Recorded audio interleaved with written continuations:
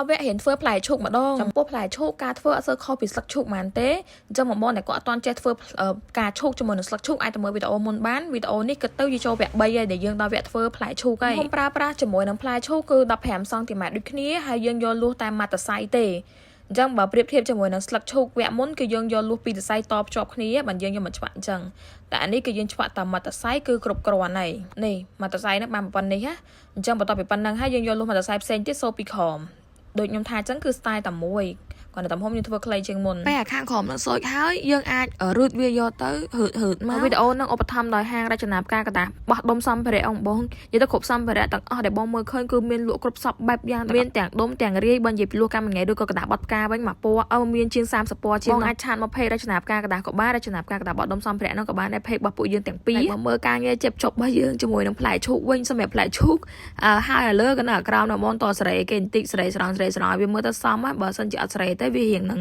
វាវត្តឆ្កីឆ្កងអីតិចតួចទៅនេះពេលយើងសរេស្រង់យកមកប្លង់អញ្ចឹងហើយវាស្តៀងស្លឹកឈូកឯងបងស្តៀងឯងគ្រាន់ថាវាជ្រៅវារៀងកប៉ោងជ្រៅទៅក្រោមចំពោះដើមដោយសារវែងពេកចឹងខ្ញុំកាត់បែកជាពីរបន្ទាប់មកខ្ញុំយកលួសកម្មញ៉ាំដោយសារផ្សេងទៀតបាញ់កាវបន្តិចហើយរុំវាឲ្យបើឲ្យវារៀងកម៉ាប់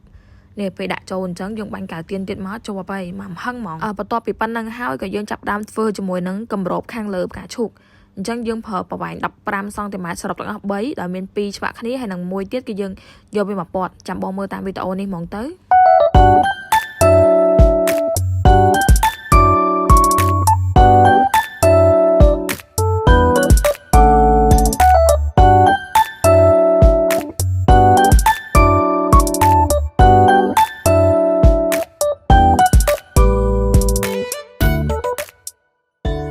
ចំពោះការហុំជុំវិញនេះគឺបំបងអាចតរហូតតតែយើងគិតថាមិនល្មមຂະຫນាតវាសមនឹងក្របជាមួយនឹង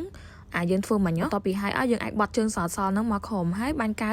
យើងយកវាទៅក្របយកហ្មងនេះអានេះខ្ញុំនិយាយហ្នឹងយើងអាចស្មានទំហំវាមើលទៅល្មមហើយអូខេ stop បានហើយប៉ុណ្្នឹងមិនតាន់អស់មិនតាន់ចប់ទៀតនេះនៅឆ្លៀតធ្វើជាមួយនឹងគ្រាប់ឈូកគ្រាប់ផ្លែឈូកទុយហ៎ចេះដាក់ទៅបងមានទុយខ្លះធំខ្លះទៅណាអានេះគឺខ្ញុំធ្វើទុយផងធំផងខ្ញុំធ្វើបាន2ផ្លែដែរអញ្ចឹងបងអាចឆ្នៃមើលបានអញ្ចឹងសម្រាប់វគ្គ1ផ្កាឈូកវគ្គ2ស្លឹកវគ្គ3ផ្លែហើយណានៅសល់វគ្គ4វគ្គ5ទៀតបងរងចាំមើលទាំងអស់គ្នាអើយមិនដឹងប្រហែលភាគចប់ទេចាំមើលជាក់ស្ដែងសិន